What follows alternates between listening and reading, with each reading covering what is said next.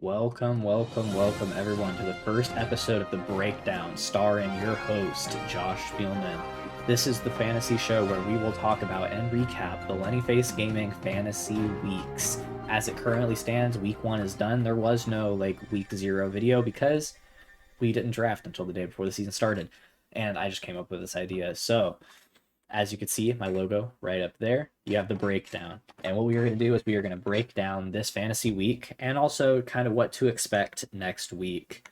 Alrighty, let's get into it. So I got to start up my music. Let's get this rolling a little bit.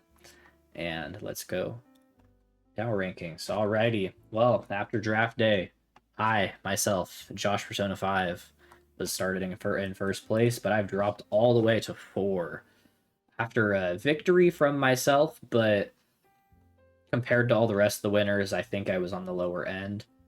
So then you have Low Taper Fades, Team Michael going from second to first. Doodle Bob, Elijah with that big drop off, 3 to 6. He had a very disgusting loss, as we'll get into later. Then you got Brock Purdy lovers, Team Riley, taking the storm. I mean, from their performance this week, it was one of the stronger performances, and it is setting up for potentially a Riley 1 seed. But once we get Riley versus Michael, it's probably going to be a good matchup. Got Tay moving from 5 to 3. I don't know if that's all deserved. Maybe his team just underperformed this week. He still got the win, though. And I mean, a win's a win. You take any win in fantasy football. Balls Juan dropping from 6th to 7th. A little bit of a underwhelming performance today, or this week.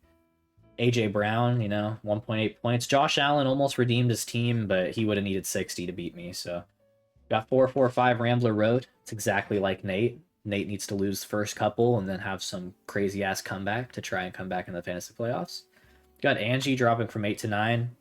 Honestly, a little unexpected. She realistically should have beat Tay, but thank you, Bears running back room. That's exactly her reaction. And then we got Javi jumping from 9 all the way to 5. Massive comeback. Javi's team's looking pretty nice. And sorry, Adrian, you drafted 10. You still are 10. And to be honest, you're looking like the last place in the league this year. But let's go to the standings. Alrighty, so wins for everyone. We have Riley, or I guess really there is no, first, second, third. It's just week 1. But people with wins this week, we got Riley, we got Michael, we got Josh, we got Javi, and we got Tay, all in the winners column. And that leaves Juan, Nate, Angie, Elijah, and Adrian all in the losing column today.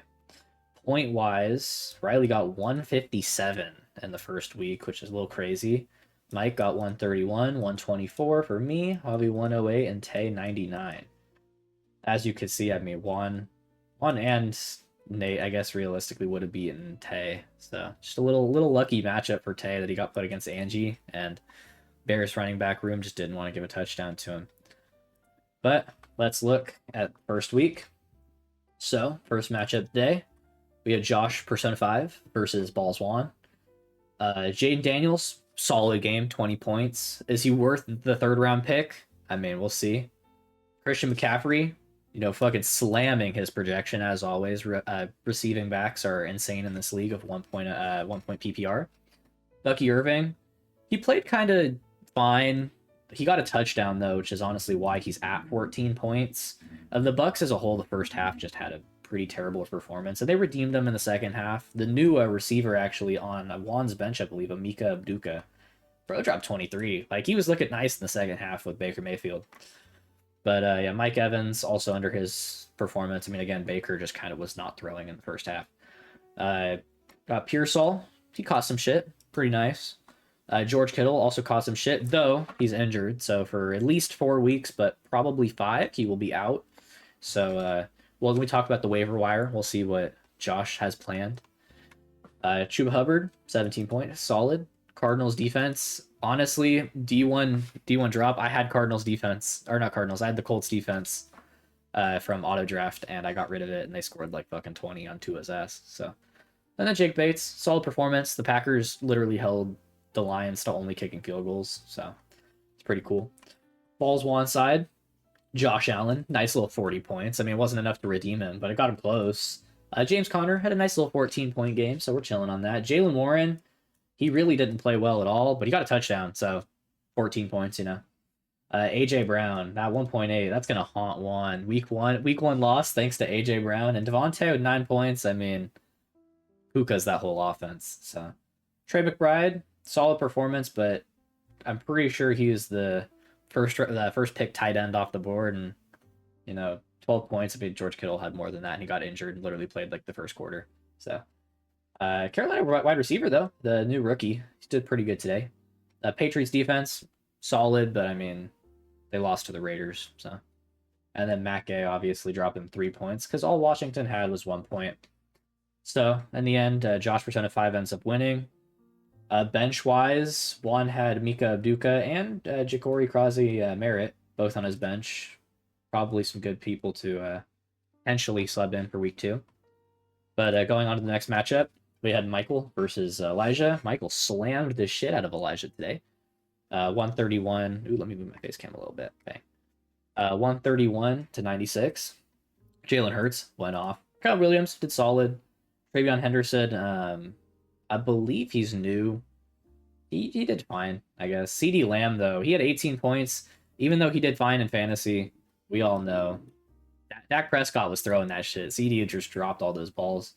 Malik Neighbors, he probably should have done better, but he'll do better. Once Jackson Dart comes in eventually, because he's going to come in sooner rather than later. Yeah, Njoku, honestly, 6.7 points. It's not scary yet. It could be. We'll see, though. Marvin Harrison dropping 18. Good little touchdown from him today, or this week. Broncos D, solid-ass defense. Harrison Butker, solid points. And Joe Burrow, kind of shit in the bag. I mean, both Cleveland and Cincinnati had great defenses this week, so it just kind of led to that. JT, fine performance, but he could have done better, especially with how much they were slamming. But that was all Danny Dimes. Alvin Kamara, same case, Jamar dropping 4.6 for a first round pick receiver. That's a little suspicious. Drake London also, I believe he got injured at some point in the game, but 13 points ain't bad from him. Mark Andrews dropping 1.5. I don't even know why we still got Mark Andrews on this team, to be honest, but he does do good occasionally. Zay Flowers, though, that's where it's at on the Ravens. Texans defense did solid, and obviously Chase McLaughlin, he did fine, but the first half Bucks literally didn't score nothing. So yeah, so Michael's in a nice little spot for this win right here. Okay, Javi and Adrian. Javi just destroyed Adrian, but more so because Adrian just kind of sucked. I mean, you could just see from the roster, Xavier Worthy dropped a fat 0 after getting nailed in the shoulder by Travis Kelce. I mean, he has Vlad McConkey, though. A good little pickup. So Jackson Smith and Najigba probably needs to get put on the roster at some point.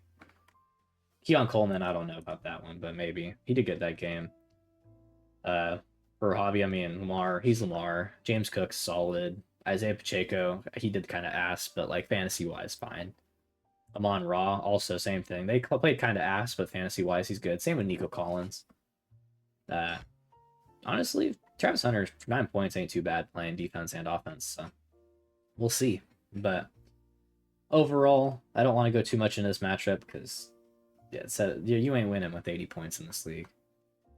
Then Riley dropping a monster-ass 157 points. RIP Nate first round. 103 would have won him some matchups, but not this one against Brock Purdy lover.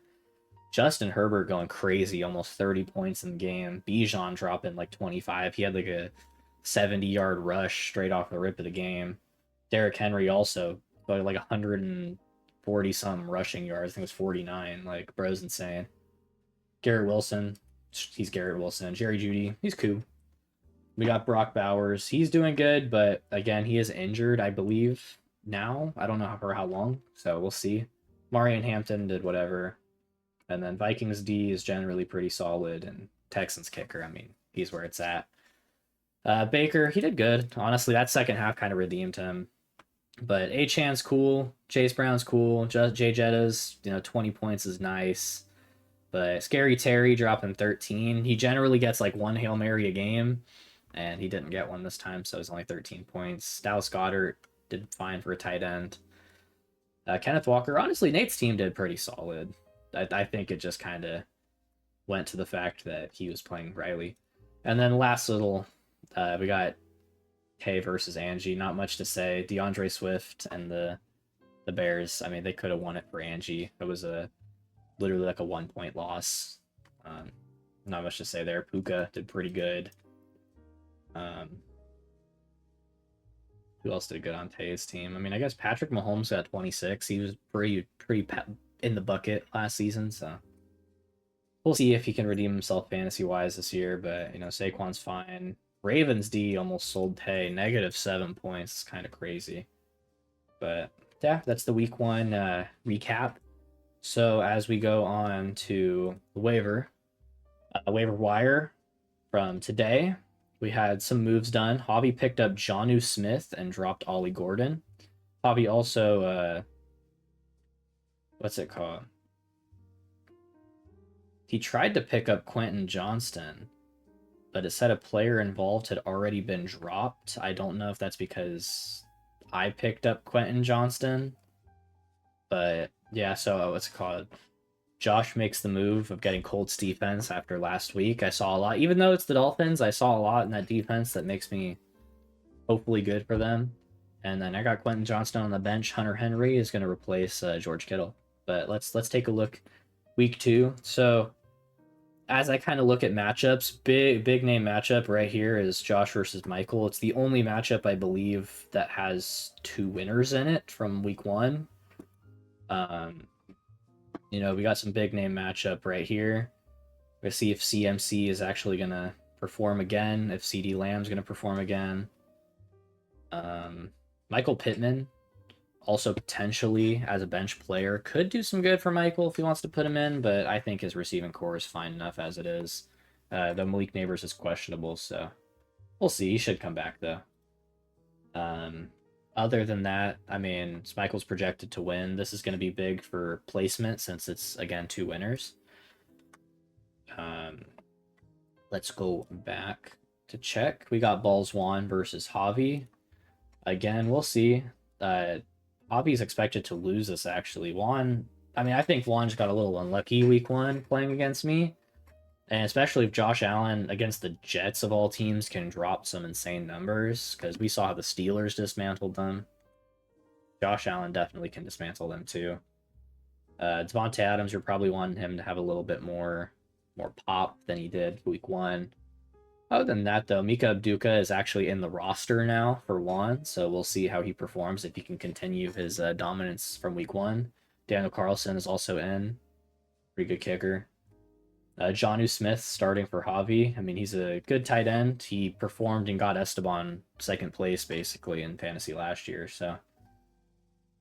J.K. Dobbins, I don't think he was starting Dobbins last week, so we'll see how he plays. James Cook's questionable, so, just usual stuff. Then we got Elijah versus Nate. I think Elijah and Nate are both looking to redeem themselves against just unfortunate matchups. 50-50 right here. Both teams are expecting to try and sneak a little win here, and this could be big for, just getting someone a win. Once you have a win, you can just keep it going. But we got a matchup right here. Adrian's only expected to have 96 points, and he didn't pick up no one on waivers, so yeah, this is a little bit of a scary team right here. I mean, he has some receivers that could do some shit if Xavier Worthy's out, but yeah, he has Colson Loveland on the team, with Cole Kmet being the starting tight end on the Bears. That's all I got to say. Then lastly, this should be a slam. Riley should absolutely annihilate Angie here. I mean, it would be cool to see Angie pull out a win, but Angie drafted Travis Kelce. I mean, he's cool, but he's not his prime no more. So, yeah, other than that, though, that's the week 1 of the breakdown. As we go back, this is the end, and I hope you guys enjoyed episode 1. If we want episode 2, let me know. But yeah, later. That was the breakdown.